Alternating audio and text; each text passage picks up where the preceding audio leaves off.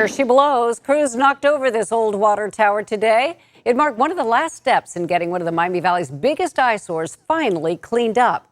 This is a story the I-Team has been following for years. The I-Team's John Bedell is in Shelby County after talking to neighbors who say the demolition work has fixed a property that's been posing a risk to their safety. And he talked to officials about what's next for the site. On Thursday, the I-Team watched construction crews torch an old water tower.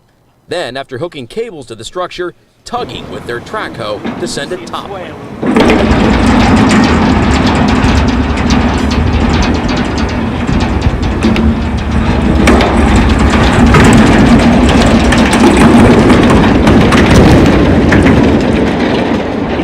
It's one of the last structures crews have torn down at the old Wagner Foundry in Sydney. The owners are long gone. The property's now in the hands of the county land bank. The work of demolition crews make it look much different now compared to when the I-Team first reported on this project more than 2 years ago.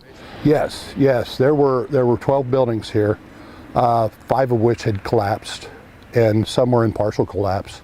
So yes, we've come a long way. The land bank and others have since gotten a chunk of the money the state of Ohio set aside for this kind of work. In our original report, we showed how it would help pay for the expensive demolition. We've got $2.8 million through the land bank, and I believe the city got a grant for $1 million also. They used to make cast iron and cast aluminum cookware here that sold worldwide. That was my great-grandfather that started the company. But the foundry went silent years ago and sat vacant, rotting away. Neighbors were frustrated because of the mess and all the homeless people and everybody running in and out over there. And are happy to see it go.